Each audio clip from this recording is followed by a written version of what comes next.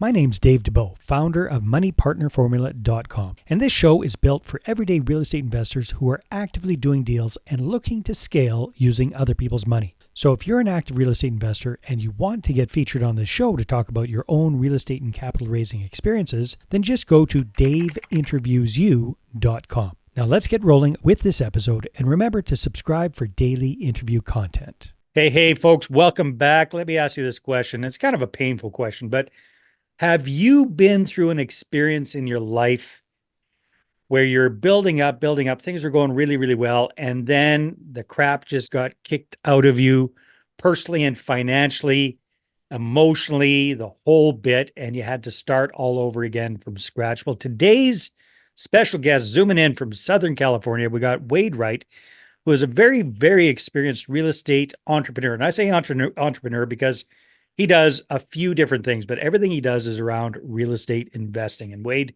is a very active investor himself. He's based in California, but he invests a lot in single family homes and land deals outside of the state of California because that's where it typically makes more sense. He's also a licensed broker, real estate broker. So he helps people and investors buy and sell property. So he's all things real estate. And he's gone through this experience. He's gone through this experience of getting to the top of that hill and then just having the rug pulled out from under him and then getting back on the horse and keep on going. So Wade, welcome to the show. Great to have you, my friend. Thank you, Dave. It's great to be here. So give us a snapshot. What is your real estate investing? Like, what do you actually do for real estate investing? What does your realtor or brokerage business look like? What do all things real estate mean to Wade Wright in 2024? Thank you very much. Yeah, so today, real estate investing to me is more about finding the location and then finding the asset. I've focused mostly on single family resident properties, Dave. I do own a partial interest in a mobile home park, an industrial park, but really primarily land and for long-term holds and residential for the income. Interesting. Okay, so residential, like single family homes, that are these long-term buy and hold rentals? Are they Airbnbs? Are they group homes? What does the rental side of that look like? Yeah, so it's identifying the marketplaces that I think would hold the best resale value, A-class asset in an area surrounded by jobs and great schools. Yeah. More of a middle upper echelon property, typically a single level property that's going to be easier for all age groups. Smart. Okay, very good. So just normal rentals there. So you're just getting a family in there, renting it to them and holding on to it long term, paying down the mortgage, watching it appreciate, all that kind of good stuff. Yeah. Yep. Okay. Very cool. The land side of things, is it land banking, or what are you doing with this land that you're It's purchasing? primarily land banking. If I purchase the land at a good price, just holding it for long term and then sell it to investors or even end users, so. Now, you were telling me that your physical location these days is in a gorgeous part of California. I think you said somewhere in the middle there between SeaWorld and Disneyland, if I Along wasn't the mistaken. coast. Yeah, Yeah, right on the coast there. So that County, is California. gorgeous. Thank you. Gorgeous Southern California, but it's expensive as snot. Yeah. Very hard to make any cash flow. So where Sure. are you typically buying your investment properties these days with? So today, most of my investments are in Alabama, Tennessee, North Carolina, South Carolina. Yeah, the Okay. southeast. Very, very cool. Now, the broker side of things, I see a big EXP sign in the background, so that gives Yes. me a hint. So Yes. that's cool. So tell me, how long have you been in the realtor side of the business? How long have you been doing that for? So I became licensed salesperson in 1988, Dave. Oh, wow. And Okay, then, that's a little while. yeah, I've been there a while.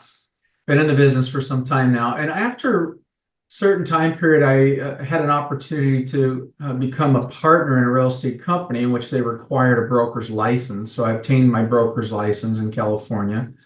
Then I started looking into other areas of selling real estate. I was offered a job as a manage several offices in Colorado. So I got my broker's license in Colorado.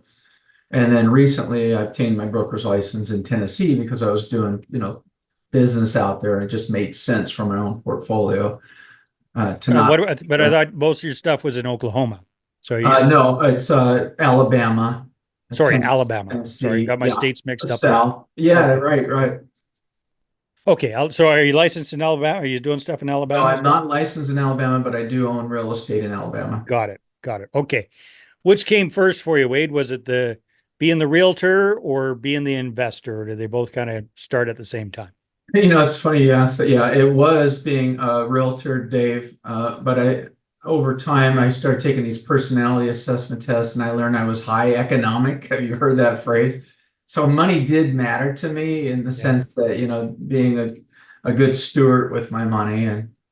And so I learned rather Yeah. quickly that all the people that were making money, it was almost using that metaphor, you get a nice steak dinner, the investor, and I was collecting the tip, as like a waiter, as the realtor, finding these investment properties. Long term, I saw the benefit of owning the real estate much greater than that of, just selling and earning commissions. Yeah. Very well. I'm glad you clued into that because you know better than I do. Most realtors never do. Like it Yeah, blows my breaks my mind how heart. few realtors actually invest in real estate. Yes, unfortunately, it's true. They put all their effort into helping others, and it's too bad they don't Yeah, take they don't this figure risk. it, they don't do it for themselves. Yeah, So Wade, don't want to bring up painful memories, but we were talking offline a little bit that, you know, one of your big passions is helping people to restart in middle age after they've had the crap kicked out of them. And yeah, why don't you give us just a big, a brief overview of your own personal situation and how sure. you kind of that's become the fuel that helps Yeah. motivate you in this business. Thank you. Thank you. Appreciate that. So, I've been a Christian since I was very young, before I was even a teenager. So, um, I came from a family that there was alcoholism and I had a low self-esteem. And so I was always rescuing. And unfortunately, I found a perfect person to marry that I could rescue, but I learned learned over time that, hey, this isn't going to work. So it literally took 8 years to separate that relationship. And I how long were you together before you decided About to separate? 12 years on Wow. paper, So but we were so separated. basically 20 years all in kind of thing. Yeah, we were Yeah. separated about 4 of those 12 years, but it still counted because I wasn't officially divorced. But um, Mhm. I became very good at the craft because I didn't really want to go home. So I Mhm. became good at real estate, immediately became a top producer and won lots of awards. And at that point in time, I realized I better start buying real estate. So, I had prior to that divorce about 8 rental properties at that time. I was making good money. Uh, it seemed to be going well. And then after that divorce and 8 years of legal battles, from age 43, I was a million, had my first net worth of $1 million. By age 50, I was considered a multimillionaire. At age 51, I was essentially broke, starting all over. I spent hundreds of thousands of dollars in both sides attorney's fees and just gave away. Those are the bugger. Those are the only ones that make any money on real Yes, it's so true, Dave. estate. Yeah. It was just a terrible time in my life that I don't Eight wish that years of on it. my own. Yeah. Oh, So at that that's point, I rough. just had to realize, like I'd say I was in my pity party for about 4 years where I'm like, heck with it, I'm not going to kill myself anymore. And so I just kind of withdrew, became less social. And then it was these events. It was going to these types of events where they would teach you something new and then sprinkle in hope and opportunity and what if. And it's like, all right, it's time. The pity party's over. Now I have to figure out how to get back on the horse after I've been Yeah. kicked off. So you kind of brushed over that. What kind of events were you attending that kind of because I'm reading between the lines here, my friend, and correct me if I'm wrong, but it sounds like at the depths of that, and I remember those days because I've been there myself, right? At the depths of that, hell, Yeah. I was living in my office for crying out loud. It was, Yeah. it can really, really suck. Yep. You're considering some pretty drastic actions, as in doing oneself in. I've had those thoughts myself, Mhm. and eventually you figure, okay, I won't do that, but you still kind of wallowed for several years, which I've been there. I did too. I wallowed for years. So Yeah. I'm really curious at a personal level, because I Sure, don't think dude. I ever clued in as well as you did. Those kind of events that help pull you out of that quagmire of, Thank you. of self-pity. So what kind of Reading things? books on tape were really important. Breakthrough Broker, Brandon Turner, Yeah. just kind of gave us like a 90-day challenge. What, that what if thinking, what if you, no matter where you are, what if you just followed this proven recipe and you set a goal to just do this, a smaller goal, whatever that is, just to do that. And then you start taking that on as belief. Yeah, I can do that. I'm not this bad person. I'm not this, this failure. Mhm. God has given me certain talents. What if I just start small and then just slowly work well, that worked. And then I would set higher goals. So what would, if you don't mind sharing, what was an example of those initial goals that you set yourself? And I like that because you found something that motivated you, and it wasn't just woo-woo type stuff. It was very Yes, practical, yes. apply to your business, pull yourself up kind of stuff. But if you can remember, what was that first goal that you set for yourself that you attained that re-sparked you? Thank you. Well, I had to remind myself that I've done it before, Dave. Yeah. It's like, okay, you've done this before. You have all the tools, you know what's necessary. Now it's get out of that stinking thinking and get into possibility thinking. Like, okay, so I think the goal at the time was acquire one rental property in the next 12 months. So I said, okay, what I'm going to do, I'm going to go out and research what area that I thought was going to be the best place to invest, that had the best cash flow, the price per unit. A lot of people in this group, I'm certain, are familiar with the capitalized value, cap rates. So Hmm. I was looking for something that was generating a 5 to 6 or greater cap rate in a nice school district with jobs. And so I researched that, and then I said, okay, let's say the average price point was 350,000. I said, okay, what do I need to put down to break even? So that I, calculated that. I think at the time I was looking at properties, it was around $80,000, about 25% down plus closing costs was going to give me about a $500 a month pre-tax, Yeah. capital. Remember the rates were lower then at the Yeah. time, but What year was this, if you don't mind sharing, Wade? I would say it was about 5 years ago is when I Yeah. really started tackling this. So about 2019, 2020, around that time. Yeah, Yeah. yeah, right around Yeah. the COVID time. And then Yeah. after I acquired the first one, then I acquired two a year. I like, okay, I want to get two the year. And then I started doing that. So then it was just, okay, now what's the next plan here? What's the next direction to go with this? How do I build the equity? And at what point do I take that equity and go invest it into, a better returning asset? That's when I started getting involved in these groups, ROI Muse, for example, Joseph James, great instructor.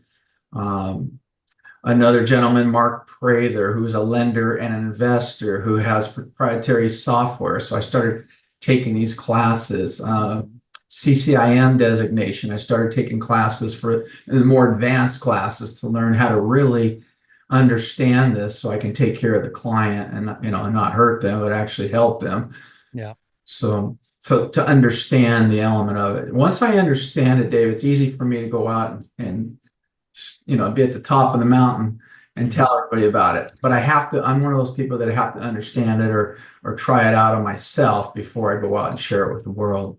Nice. Nice. Well, thank you very much for sharing that, Wade. So what are some of your big takeaways and insights from that whole time in your life, where you went from being, 8 years of crap and then getting kind of beat down and losing everything in the divorce and then pity party for a while, and then getting back on the horse? What are some of your big takeaways, lessons that you would pass on to your son if that were the Thank case you. about this? Yeah. If you look at a lot of the successful individuals and even former presidents from the past, and you look at the trials and tribulations, if you will, that they experienced, I think of, Colonel Sanders and Harlan Sandals. The guy was bankrupt multiple times until he actually figured out how to keep his money.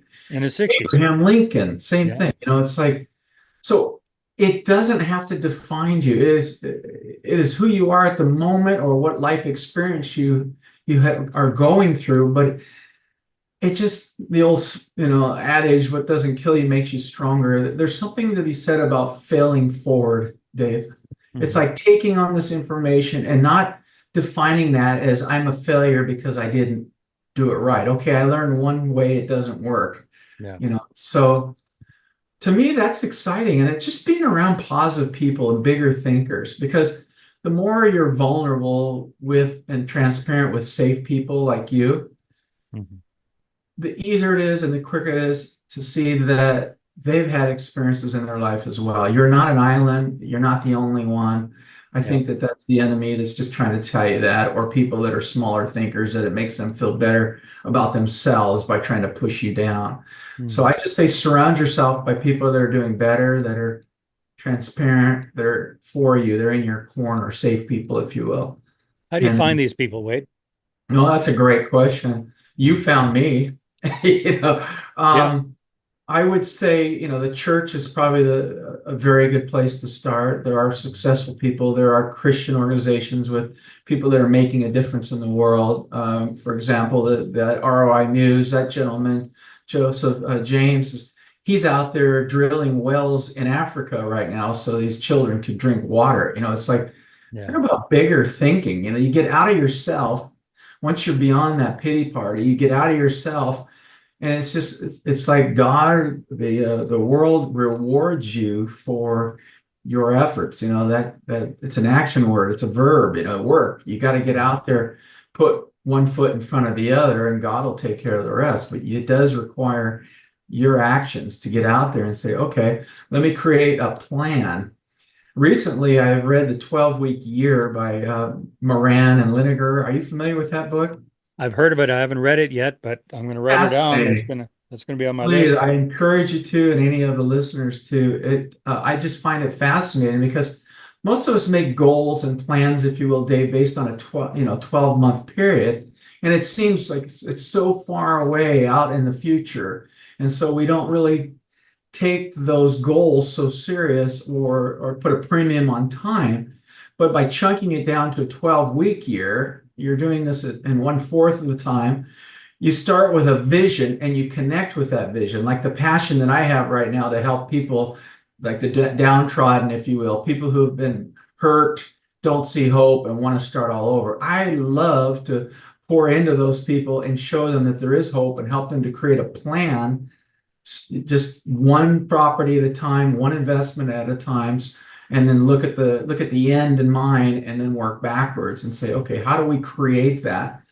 But to me, that it makes it worthwhile. It's more than just making wealth and saying now what, right? Yeah. Helping Yeah. people to build a legacy and having a history to say, here's why this doesn't work. And it all starts with, really, like you said, if you were a father, what would you tell your child? I'd say number one is choose your spouse wisely. Mhm. It's probably one of the greatest decisions you'll ever make in your life because it impacts you so much. And unfortunately, the upbringing that we have as children, sometimes we don't have the tools that are necessary. So that's again where it comes to meeting safe people. So you can find people that are a little healthier than you at the time, where they can kind of help you to teach you right from wrong and why certain things can affect you. When you're young, you don't always listen. Like I even I, I know. It's so I'm thinking back myself, Wade, and I don't know about you, man, but some lessons are hard to teach.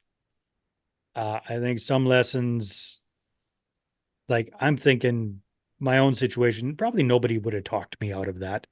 I don't care who. I It- can relate, Dave. and it's a matter of having to learn from that mistake and maybe recognize the red flags sooner and try to get the heck out sooner. If like I would imagine with your background, especially being Christian, like the whole idea of divorcing was a big deal. Like Yeah. that was a sin, so to speak. That Yes. was Yeah. really looked down upon. So in addition to all the crap you're dealing with at home, then you got the societal pressure of the group that you're hanging around with telling you keep fighting, keep make it work, keep Yes, chugging, yes, keep all doing that, the Kurt. biblical things thrown at you all the time.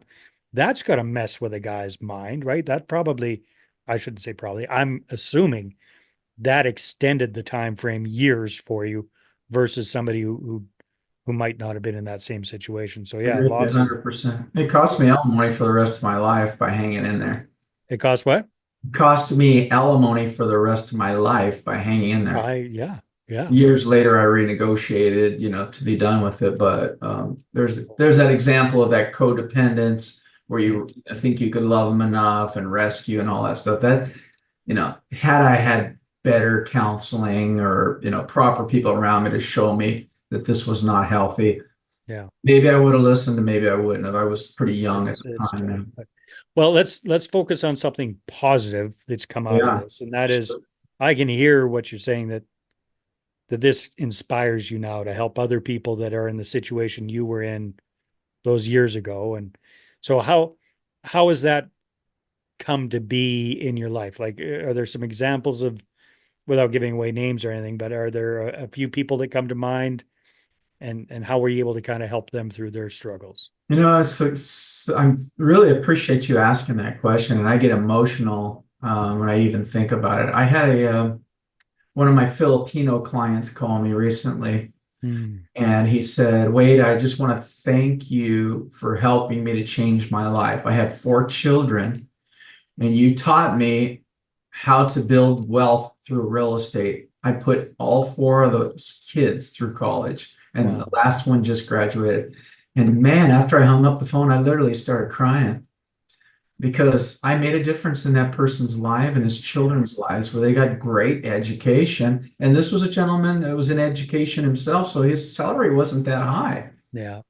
But Yeah. he understood the principles and time was working on his side that, by time the kids were old enough to go to college, there was already adequate equity and income in those properties where he could pay for the student debt and get them all the kids through. So that to me, that was so rewarding. It made it all worthwhile.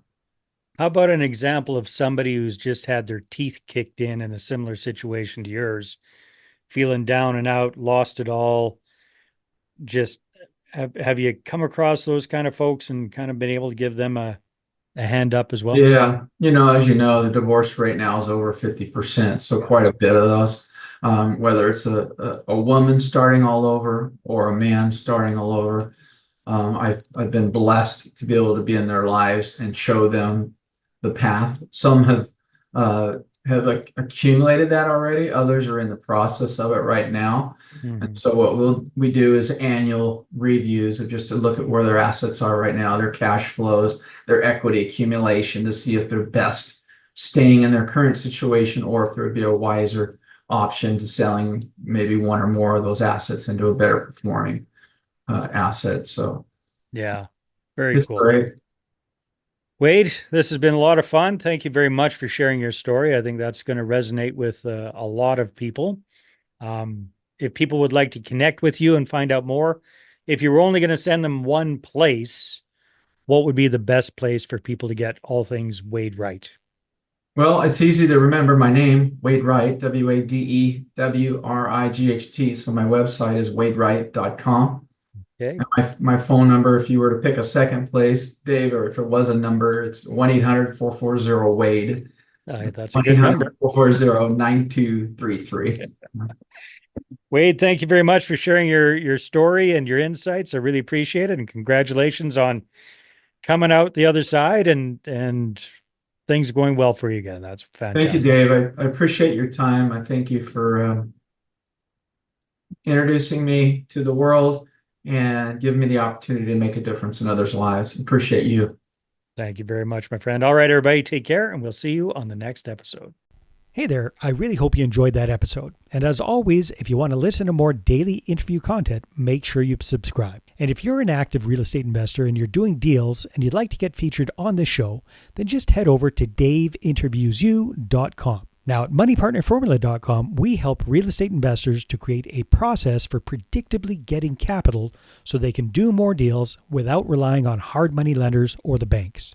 We do this by building them a private capital marketing system. Now, if you want help turning yourself into a big money capital attraction machine, then book a call with our team to see how we can help. Just visit moneypartnerformula.com to find out more. All right, take care, and we'll see you on the next interview.